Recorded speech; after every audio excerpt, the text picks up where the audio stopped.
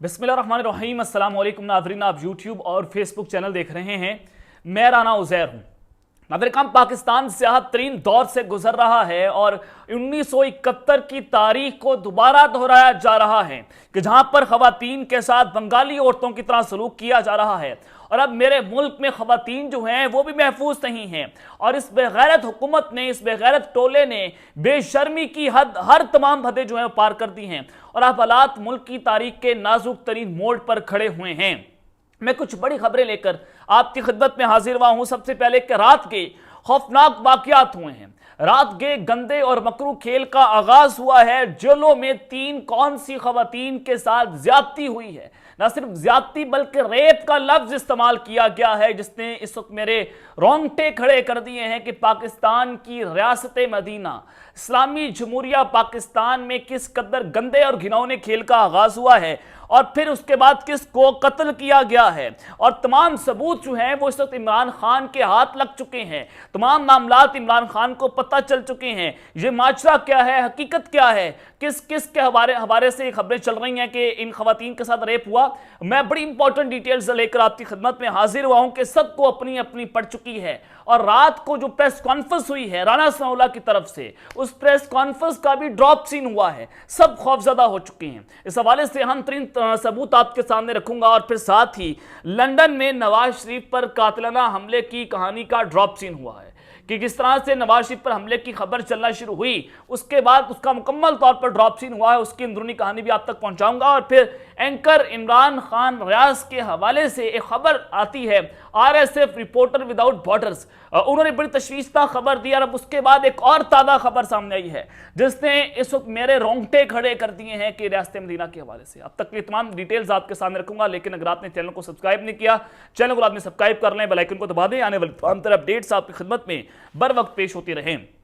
नादर काम इस वक्त पाकिस्तान की सियासी जिंदगी के इमरान खान साहब जो है वो खतरनाक तरीन ओवर्स खेल रहे हैं, जहां पर पीटीआई को तोड़ दिया गया है। बहुत सारी पीटीआईयां बन रही हैं, बहुत सारे जो सियासतदान हैं वो इस वक्त मुतहरिक हो चुके हैं कि इमरान खान को खुडे लैन लगाना है, इमरान खान को रास्ते से हटाना है। कल इमरान खान साहब ने बड़ा वाज़ेह कहा कि भुट्टो मॉडल 2 लगाया जाएगा, मुझे कत्ल करने की साजिशें हो चुकी हैं, मुझे मार दिया जाएगा। और अब भी इमरान खान को अकेला कर दिया गया है। मीडिया से ब्लैकआउट, इमरान खान को मीडिया नहीं दिखा सकता, उनकी तस्वीर नहीं चला सकता, लोग उनके साथ नहीं खड़े हुए, सिर्फ अवाम, 22 करोड़ अवाम उनके साथ खड़ी हुई है। और फिर वज़ीर आज़म के मुआवने खुसूसी हैं और लोटे हैं ओन चौधरी, और इन्होंने कुछ गुफ्तगू की। उन्होंने कहा कि पीटीआई छोड़ने वाले 50 से ज़ायद लोगों ने जहांगीर तरीन से रब्ता कर लिया है और फवाद चौधरी और जहांगीर तरीन में रब्ते से मुतालिक मुझे इल्म नहीं है और उनके जहांगीर तरीन से अच्छे ताल्लुकात भी रहे हैं। कारकुनों को बाकायदा हदायत दी गई थी कि कहां कहां हमला करना है। 9 मई के वाक़ये में मुलविस तमाम अफराद को सजा मिलनी चाहिए। हम सियासी लोग हैं, मिलते रहते हैं। पीटीआई छोड़ने वाले 50 से ज़ायद लोगों ने जहांगीर तरीन से रब्ता भी किया है।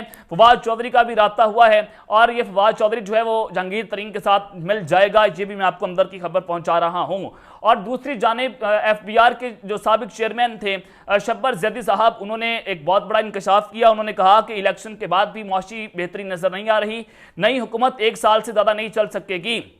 ये एक बहुत बड़ा इंकशाफ है क्योंकि अहमद मीर साहब भी दूसरी जानिब ये बात कर रहे हैं कि जिस तरह से हुकूमत पाकिस्तान तहरीक इंसाफ के खिलाफ और इमरान खान के खिलाफ 3 MPO के तहत और मिलिट्री एक्ट के तहत जो पॉलिटिकल विक्टिमाइजेशन कर रही है, अगर इन हालात में इलेक्शंस हो भी जाते हैं तो उसकी क्रेडिबिलिटी नहीं होगी और अवाम उसको कबूल नहीं करेगी और ना ही पाकिस्तान की अवाम इन हालात के अंदर इस PDN के गंदे टोले को वोट कास्ट करेगी। पूरी की पूरी अवाम इस वक्त इमरान खान के साथ खड़ी हुई है। 22 करोड़ अवाम इमरान खान के साथ है। इन्होंने बैनर्स लगाए गद्दार इमरान के कि इमरान खान गद्दार हो चुका है। अगर उस बैनर्स लगाने से इमरान खान गद्दार होता है तो हाँ, हम गद्दार हैं। और फिर अवाम ने इसका रद्द-ए-अमल दिया, अवाम ने इन तमाम बैनर्स को फाड़ दिया और वो इनका ड्रामा जो है वो भी जो है वो उसका भी ड्रॉप सीन हुआ। लेकिन उस सद के अंदर जनाब रात के कुछ बड़ी खतरनाक खबरें आना शुरू हुई, उस पर बात करते हैं। लेकिन नवाज शरीफ पर कुछ हमले की खबरें आ रही हैं। लंदन में जनाब उन पर कुछ हमला हुआ है और उस पर जियो न्यूज़ जो है वो रात को एक बड़ी स्टोरी जो है वो क्रिएट करता है। हलचल मचती है पाकिस्तानी मीडिया पर, पाकिस्तानी मीडिया पर फोन घुमाए जाते हैं कि जल्दी से इस खबर को ब्रेक करें। और सबसे पहले जियो न्यूज़ जो है वो इस खबर को ब्रेक करता देता है और फिर बाद में ही जियो न्यूज अपनी खबर की तरदीद कर देता है। यह इस वक्त बड़ा अनोखा वाकया है। हुआ यह कि नवाज शरीफ साहब के हवाले से खबर दी जियो न्यूज से सबसे पहले कि लंदन में नवाज शरीफ पर हमला हुआ है, जबकि नवाज शरीफ जो है वो इस हमले में महफूज रहे हैं। 10 हमलावर थे और एक हमलावर उनमें गिरफ्तार हो चुका है और बाकियों की शिनाख्त नहीं हो पाई है। ये जनाब नवाज शरीफ के हवाले से जियो न्यूज ने खबर गढ़ना शुरू की, लेकिन उसके फौरी बाद मुर्तजा अली शाह जो कि नुमाइंदा जियो न्यूज है लंदन से, उन्होंने इस खबर का भांडा फोड़ा। उन्होंने कहा कि नवाज शरीफ पर कोई हमला नहीं हुआ, वो शॉपिंग पर मौजूद थे एक मॉल के अंदर, जहां पर एक एहतजाज हो रहा था तो मुजाहिरीन और पुलिस के दरमियान कुछ झड़पें होती हैं, उनके दरमियान कुछ जनाब लड़ाई होती है। तो फिर नवाज शरीफ साहब जो है उनकी गाड़ी पर किसी ने ठुड्डे मार दिए, किसी ने उनके शीशे पर हिट कर दिया और गाड़ी पर कॉफी गिरा दी। तो इस वजह से उनकी गाड़ी जो है वो तो जख्मी हो गई है, लेकिन नवाज शरीफ साहब जो है मैं महफूज नहीं है। तो इस एक कहानी को नया ट्विस्ट दिया गया, क्योंकि कोशिश की जा रही थी कि पीटीआई के लोगों ने जनाब वो वहां पर हमला किया है, पीटीआई के लोगों ने नवाज शरीफ पर चढ़ाई कर दी है, तो ये रंग देने की कोशिश की जा रही थी। तो मुर्तजा अली शाह ने कहा कि जनाब पीटीआई जो है वो इसके अंदर मुलव्विस नहीं है, क्योंकि बरतानिया है, वो पाकिस्तान नहीं है कि अगर आप जिसके ऊपर इल्जाम लगाएंगे तो इमरान खान पर मुकदमा भी दर्ज हो जाएगा, इमरान खान के खिलाफ जो है वो उसको गिरफ्तार करने पुलिस भी पहुंच जाएगी। वो जनाब पाकिस्तान नहीं है, वो मोहसिन नकवी का लाहौर नहीं है, वो बरतानिया है, वहां पर रूल ऑफ लॉ है, वहां पर आप झूठ नहीं बोल सकते। तो इस हद के अंदर जनाब उस स्टोरी का मुकम्मल तौर पर फिर ड्रॉप सीन हुआ और झूठे जो है वो रंगे हाथों पकड़े जाते हैं। लेकिन जनाब इमरान खान रियाज साहब जो हैं उनके हवाले से कुछ तशवीशनाक खबरें चलना शुरू हुई। उनके वकील ने कहा कि जनाब उन पर तशद्दुद करते वक्त दौरान हिरासत जो है वो फिर कुछ मामला खराब हुए और वो हॉस्पिटल में हैं। अस्पताल की खबरें जो हैं उनकी तस्दीक तो उनके वकील मियां अली इशफाक साहब ने कर दी। और फिर खबर आई आरएसएफ जो है रिपोर्टर विदाउट बॉर्डर्स, ये जनाब एक बहुत बड़ा वॉच टॉक है जर्नलिज्म के हवाले से सहाफत की दुनिया में इस वक्त सबसे बड़ा वॉच टॉक, सबसे बड़ी ऑर्गेनाइजेशन है और इनकी खबर जो है वो कभी गलत साबित नहीं होती। और ये जो पाकिस्तानी मीडिया पर ये रिलाई नहीं करते, ये हमेशा जो है इनके अपने एक सोर्सेज होते हैं। अल्लाह ना करे इनकी खबर जो है वो दुरुस्त हो, अल्लाह ना करे हमारे इमरान भाई के साथ ऐसा कुछ हो, अल्लाह ताला इमरान भाई की हिफाजत करे। हम ढेरों दुआएं करते हैं उनकी फैमिलीज के लिए, उनके लिए, और ढेरों बार इत्तेजाज भी हम कर रहे हैं। और उनके लिए मैंने बजाते खुद चीफ जस्टिस पाकिस्तान उमर अता बंदयाल साहब को खत भी लिखा कि आप इसके ऊपर एक्शन लें, लेकिन कोई हमारी आवाज सुनने को तैयार नहीं है। लेकिन जनाब फिर भी हम इसके ऊपर बोलेंगे, हम जनाब आवाज उठाते रहेंगे। लेकिन जनाब आपने देखा कि आरएसएफ जो है उन्होंने जो किया कि इमरान रियाज साहब जो हैं उनके बारे में जो तशवीशनाक खबर चली उसमें बताया गया कि जनाब वो दौरान हिरासत ड्यूरिंग डिटेंशन जो है उनको जनाब नाउज़ुबिल्लाह जो है वो शहीद किया गया है। ये खबर चलना शुरू हुई, लेकिन फिर उसके बाद फौरी तौर पर पाकिस्तानी मीडिया पर और बहुत सारे उनके जो करीबी साथी हैं वो उनकी तरदीद करते हैं कि जनाब ऐसा मामला बिल्कुल नहीं है, वो जनाब महफूज हैं और वो महफूज मुकाम पर हैं, लाहौर के अंदर मौजूद हैं। ये जनाब खबरें फिर चलाई जाती हैं। लेकिन मैं आपको यहाँ पर जो बड़ी खबर देना चाहता हूँ कि अब जो ताज़ा खबर आई है, एक जनाब वकास नामी एक ट्विटर अकाउंट है वेरीफाइड, और वो उन्होंने उसकी हकीकत भी बयान की। और जो बजाज सईद खान साहब हैं उन्होंने भी बताया कि जनाब ये जो बताया जा रहा है आरएसएफ की जानिब से, उनके अपने डिप्लोमेटिक सोर्सेज होते हैं, वो पाकिस्तानी मीडिया पर रिलाई नहीं करते। और जो उनके लॉयर्स बता रहे हैं वो तो बिल्कुल ठीक हो सकता है, हम उनकी रिस्पेक्ट भी करते हैं। लेकिन लिखा यह जा रहा है कि आरएसएफ के जो कंसर्न्स हैं, जो उन्होंने खदशात का इजहार किया है, उसको हम मुकम्मल तौर पर कभी भी डिसरिगार्ड नहीं कर सकते, क्योंकि ये बहुत इंपॉर्टेंट ऑर्गेनाइजेशन है और इनको हम इग्नोर भी नहीं हमें करना चाहिए, ये बताया गया। और बजाज सईद खान साहब जो हैं उनके साथ जो इस तंजीम के आरएसएफ के जो डैनियल बैसरेट नामी जो इनके हेड हैं, उनका एक इंटरव्यू भी हुआ। उन्होंने बताया कि कुछ अंदर खाने जो पाकिस्तान के ताकतवर हल्के हैं उनके दरमियान कुछ लड़ाइयाँ हुई हैं और वो पाकिस्तान के आर्मी चीफ को समझते नहीं हैं। तो एक ग्रुप ने ये सारा काम किया है और उन्होंने ये सारा मामला अपने ड्यूरिंग डिटेंशन जो है वो इमरान रियाज साहब को मार दिया है। अब ये जनाब खबरें चलना शुरू हुई हैं। अल्लाह ताला हमारे भाई की हिफाजत करे। बहुत परेशानी का आलम है और बहुत मुश्किल वक्त है। लेकिन इस सब के अंदर जनाब फिर रात के जो राना सनाउल्लाह है वो एक प्रेस कॉन्फ्रेंस करने आते हैं। उनकी बॉडी लैंग्वेज इंतहाई नेगेटिव, रंग उड़ा हुआ, पसीने आ रहे हैं, कान पे टांग रही हैं और ये सारा मामला था। फिर राना सनाउल्लाह जो है वो अचानक से आधी रात को वो एक प्रेस कॉन्फ्रेंस करते हैं और मामला क्या है कि कुछ खवातीन के साथ रेप करने की कहानी और फिर इनको कत्ल करना, रात के कुछ खौफनाक वाकयात का आगाज हुआ है। तमाम सबूत इमरान खान के हत्थे चढ़ चुके हैं। वो कहां पर सबूत हैं वो सारी डिटेल्स में आपके सामने रख देता हूं। नादिर काम, सबसे पहले मैंने परसों तकरीबन 3 दिन पहले खबर दी कि आप इमरान खान के सरप्राइज का इंतजार करें, इमरान खान के पास बहुत अहम सबूत हैं और इसी वजह से उन्होंने बाबर अवान को लंदन भेजा है और लंदन से बैठकर बाबर अवान सब पर कहर ढा देंगे। मैंने ये खबर ब्रेक की उसके बाद पूरे मीडिया पर हलचल मच जाती है।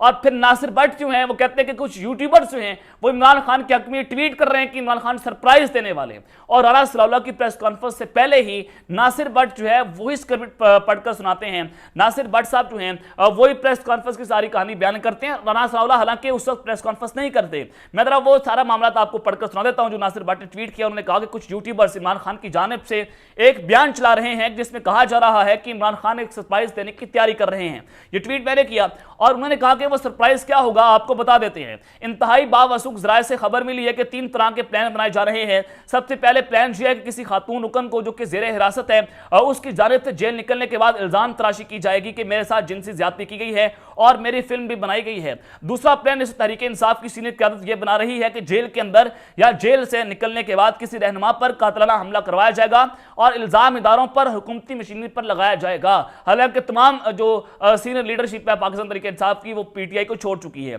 तीसरा, पुलिस के अंदर किसी जूथी के जरिए एक ऐसा वाकया किया जाएगा जिससे बात बढ़े ताकि कौमी और आलमी सतह पर प्रेशर बढ़ाया जा सके, और इस ड्रामे का मकसद 9 मई के वाकयात के बाद खोए हुए बयानियों को वापस मोड़ना है।